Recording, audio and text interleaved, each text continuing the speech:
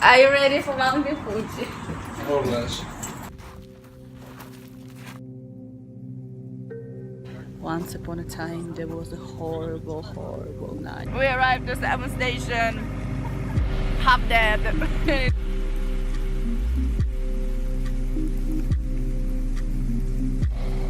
We're tired. We will not be able to make it to the sunrise. We're still not on the top, but almost on the top.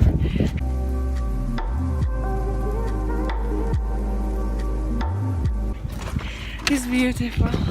We're on the top of Fuji. I am in the clouds. Hi guys, this is Lina from Asia here, and as you can see, I am back from my clouds.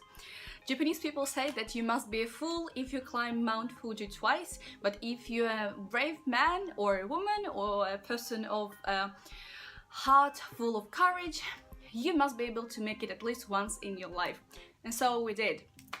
Me and another person climbed Mount Fuji yesterday night, and we made it safe back home. So in this video I'm going to show you how the Mount Fuji and the ascent to the very top, Yoshida Trail in particular, looks at night.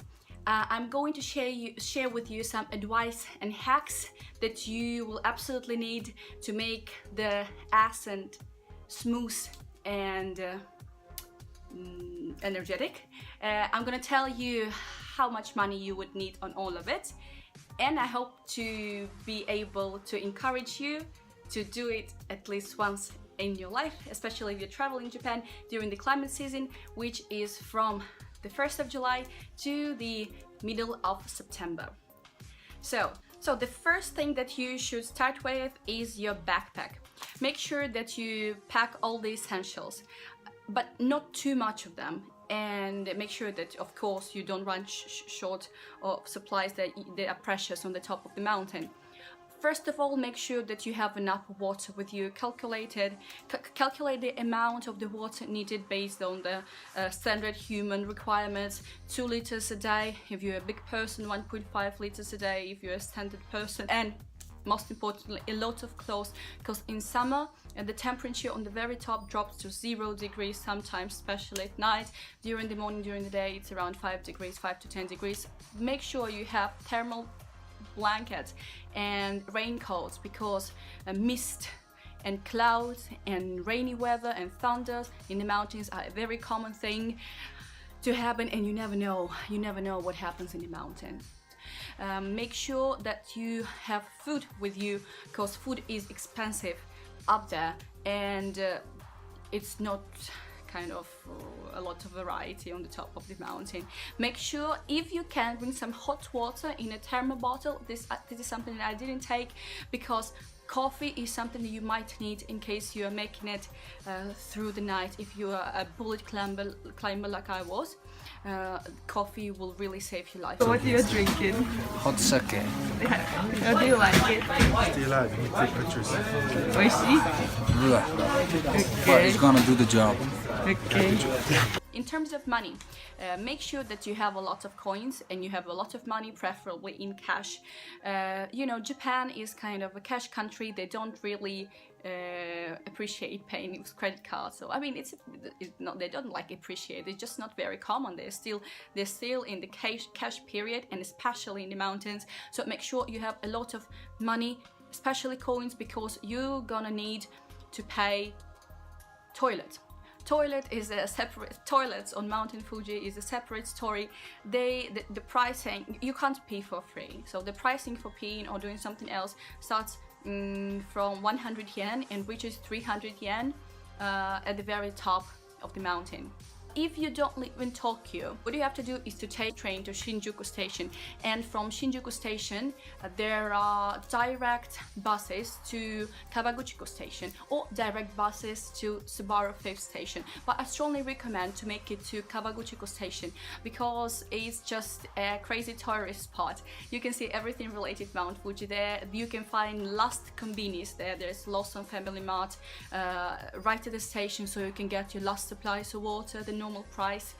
Then from Kawaguchiko Station, every half an hour, every 15 minutes, there are regular or high-speed buses to Subaru 5th Station. Subaru 5th Station, this is exactly the place where most of the climbers start their journey.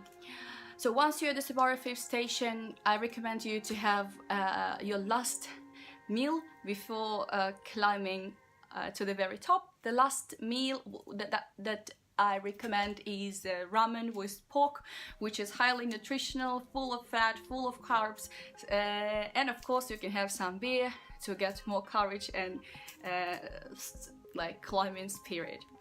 Once you're finished with your meal, off you go to the mountain. So on your way to the very top of the mountain, there you will have some, obviously, some stops and some stations. So of course from the 5th station to the top, which is station number 10, or where the weather station is situated, there are 5 stations, and you might be willing to stop at each of them.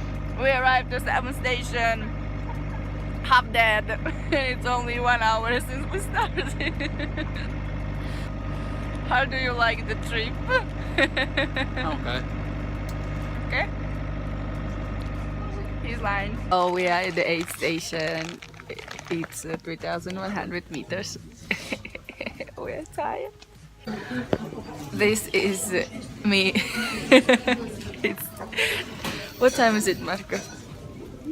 It's 2:44 in the morning. We haven't slept like even a single minute, and we are where? We are higher than the 8th station. It's like 30 minutes left to the summit to walk, and it's like 2 hours to the sunrise. It's cold as fuck. It's hours. And so we stopped in the only hut left on the way to the freezing freaking summit, and to have a chance to stay 15 minutes in the inside in the hut, we got something from the menu. To make your experience of climbing Mount Fuji more memorable, I advise you to get a stick, a climbing stick made of wood. You can get it at Kawaguchiko station or at Subaru 5th station. So the point of having this stick is not only to use it for climbing, but to stamp it with a special stamp, which is which is particular and unique for each station. And cost a lot of money, so each stamp might cost you around 300-400 yen. And once you reach to a station, I would say these people who stamp it, they're kind of saint people, they're religious people, and they stamp it with this fire heat stamps, and each of the stamp is designed to bring you luck, money, or health, or something like that. But we had all the stamps of the world. And how much money did you pay for it altogether? 3,000. I'm about 1,400 plus the stick. So like 2,000, 3,000. You must remember that the climbing season is the season, like it's literally the season. Tourists and locals from all of the spots of Japan come there, and they want to make it by the morning to the top to see the sunrise. So the mountain gets full of people, especially starting from the 8th station. When to the summit, it actually should take 1 hour and a half, but it takes 2 hours and a half, because you literally have to queue on the top to make it by the sunrise, which I failed to do. I actually I was like this close to the top. I was like 100 meters close to the top, but those 100 meters took me maybe 1 hour. Almost made it because of the amount of people queuing to get over the mountain. But still, from that point, you still can have a good view on the sunrise, make your videos and make your photos. Another thing to remember is that the walk around the crater, which is basically the reason why you make it to the top, you must remember that it's really tiring, especially if you haven't been sleeping during the night. that last walk around the crater, which is supposed to take 1 hour, is something that can really kill you, and this was something that really killed me. Anyways, it was absolutely worth it because the view is tremendously beautiful. You can see the clouds like pieces of cotton around you, and you are actually in the clouds. You feel gorgeous. Here, it's 10 o'clock. It's 7 o'clock a.m. in the morning. I haven't been sleeping the whole night, and I've climbed the goddamn mountain, and I see the beauty behind my back, and you see now I am in the clouds. It was absolutely worth it, seeing the beauty and getting so tired. Despite of the tiredness, but have a coffee and get ready to the descent. The descent is decent. It takes around 4 hours from the top of Mount Fuji to the 5th Subaru station. I started my trip down at around 7 o'clock, and at actually it took me only 3 hours. I started my trip down at 7 a.m. and at 10 a.m. I was already on the bus from 5th station to Kawaguchiko station. So 3 hours. With I would say with normal pace. The way down is much easier than way up obviously, but there are a lot of stones which tend to jump into your shoes and ruin your experience because you have to take off your shoes every half an hour because the amount of stones is tremendous. So make sure you have a stone-proof pants that can go over your boots so that the stones don't jump into your boots, and you don't have the need to stop every half an hour. Also beautiful because there are clouds. There are a lot of clouds that you can see. Now you can see it because it's morning time already, and they kind of move on you, and you can dive into the clouds, you can touch them. This is an unbelievable experience. It feels so humid, it feels so good, especially when it's hot and there is the cold cloud coming on you. It's something tremendously great. Sometimes you can see horses. If you feel too tired, you can jump on a horse and the horse can take you down for a fee, but I don't think this is something that you are going to make if you came hiking, right? So, but this is for those who get too tired. And basically that's it. That's all that you have to know about climbing Mount Fuji and coming back safe and sound.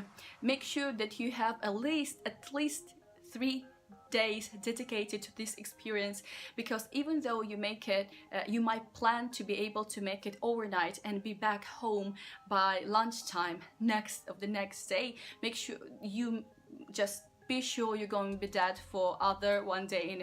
Your muscles gonna be sore, your feet's gonna be sore, you would need lots of food and would need lots of rest. That's it about Mount Fuji.